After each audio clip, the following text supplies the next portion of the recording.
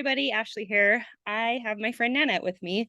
If you followed our journey to Ukraine and Poland, you may recognize her from some of the pictures and videos. If not, this is my friend Nanette. We've been friends for about 20 years. She's currently in law school. She's basically the most awesome person in the whole world. I wanted to get her insight on some questions about contracts. I'm not a lawyer at all, and she's currently in law school, has an interest in contracts, and I'll let her introduce herself a little bit more. But yeah, I just wanted to kind of ask her what she's learned and why it's important for freelancers to have a contract. So yeah, Nanette, take it away. Well, thanks for having me, Ashley. Yeah, we've been friends a long time, and I had a change of career recently. Although in the past, I ran an aloe vera business for my parents, and so I've been involved in business. I've been involved in teaching, and now I'm in law school. So, official disclaimer: I'm not a lawyer yet, but I've taken a couple of contract courses this summer. I'm also working with a company, and I do contract work, and so I'm learning a lot in the process. And I just had a couple of some of the things that I've learned from either studying things that have gone wrong, because if you read cases in law school, someone has decided to litigate something because something went wrong. So and looking at the contracts that I have for the summer job, I just thought I'd convey like five sort of main things that I noticed, and even just personal experience of what I've experienced. So why is it important to have a contract? It's a memorialized agreement. It kind of you have a record of what you're dealing with, what product that you're putting out there, whether it's like a physical product or whether it's an agreement between one or more parties of like what service that you're going to provide. So you can have like a definition section. That's one of the things I've learned, that to state up front, like if you're writing, what kind of writing are you doing? Is it an ad? Is it a blog? Is it what kind of thing is it? Have a detailed definition of what you're dealing with, so that the other party on the other end understands like what product that they're getting. So it's important to have a contract because it memorializes like the purpose and who's involved in writing. Second, it kind of helps mitigate risks, because you can prevent a lot of conflicts by tracking expectations, spelling out what's going to happen, when, and timelines. The third thing that I would say, because in law school, when you read, like I said, when you read a contract case, it's because something went wrong.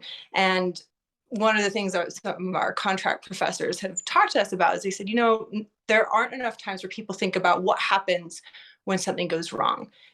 Everyone's excited. They want to build an agreement. They want to have a contract, but they don't often write it in such a way of like, okay, should this main thing go wrong? Should that main thing go wrong? So think about sort of what you might need from your own contract. Like, consider what happens if there's a delay in performance, whether it's on your end or their end. What happens if there's a delay? What about a delay in payment? Does that mean that it comes with interest? If someone is delayed by 30 days, are you going to be collecting interest because they haven't paid you?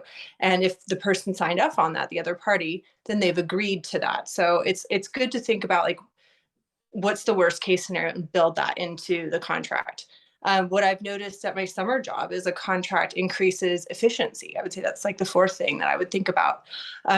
Instead of like having emails back and forth, or I want this, or what about this, or let's add this, and then having to keep track of all those emails, you have one document. It can be a short document, it can be a longer document, but it increases efficiency. So you have everything all in one place, and that aligns with your vision and your client's vision. And the last things I would kind of think about, and this is just even what I've noticed in my own life, is that your agreement that you send out to people is an extension of your business, right? It shows your brand, it shows your values, everything from whether it's, you're a freelance writer contracting to write something for someone else, or if you're signing a lease. I recently signed a lease on a place, and like I looked at the lease and there were several mistakes. Like what that puts some sort of vision out when you push a document to someone. Or there were several things in the lease where I thought, it talked about a dishwasher, like this place had a dishwasher, it actually doesn't. And so if you have something built into your contract, the other person on the other end can be liable if they sign off on it. And so I had to contact the the property management company. I said, hey, unless one of two things is going to happen here, either you put it in a dishwasher or you take the clause out, because if you want to enforce the contract, I could be liable for a dishwasher if it's in there, and I didn't want to do that. So I would say, like, think about the documents that you push out as an extension of your own brand and business. Like, does it look clean? Does it look organized? The content that you send to someone else shows that you care about the commitment that you're making with them, shows that you're caring about having a record between the parties involved. And I would actually just say, and the last thing, I know lawyers can be kind of expensive, but some of the litigation costs that I've read in the contract law cases that we've discussed in some of our courses, I mean, litigation costs are very expensive. So, and I've heard this multiple times from different types of attorneys where they said, look, if people just pay a lawyer up front once to write up a contract or look things over, that expense is going to be considerably less than it would cost to litigate. So I would say those are the couple of main things that I would that I've learned, because I can't suggest anything since I'm not a lawyer yet, but those are things that I've learned in my summer job and reading contract cases in law school. Sweet. I love that. Thank you so much, Nana. That is super insightful. I love especially what you said about, I mean, I loved everything you said, but especially about how it's an extension of your business. I wrote this in my intro, which you haven't read yet, but essentially when I first started freelance writing, I didn't have a contract. I didn't really know what I was doing. I knew that I loved writing, but I didn't have my processes sorted. I didn't have like the things that you need to make freelance writing a business as opposed to kind of a side hustle. And one of those things that I didn't have a contract. And it happened a few times. I think of the first few years of my of working, I probably lost, a couple, maybe a few grand just to unpaid invoices. And the second that I started sending a contract, it didn't necessarily like prevent, like, since I started sending a contract, I haven't had that happen to me. I haven't had somebody not pay me.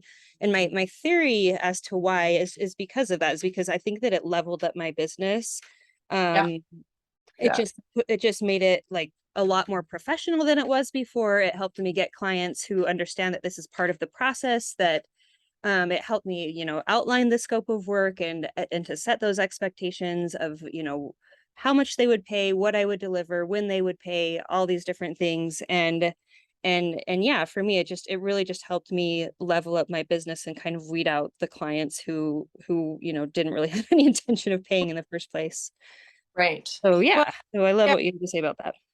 Yeah, I think that's a really important part. And too, like what you said about managing expectations, I think that's, whether it's managing expectations on the payment side or on the content side, if you have it in writing, and it'll tell you a lot about your client too. Did they read it?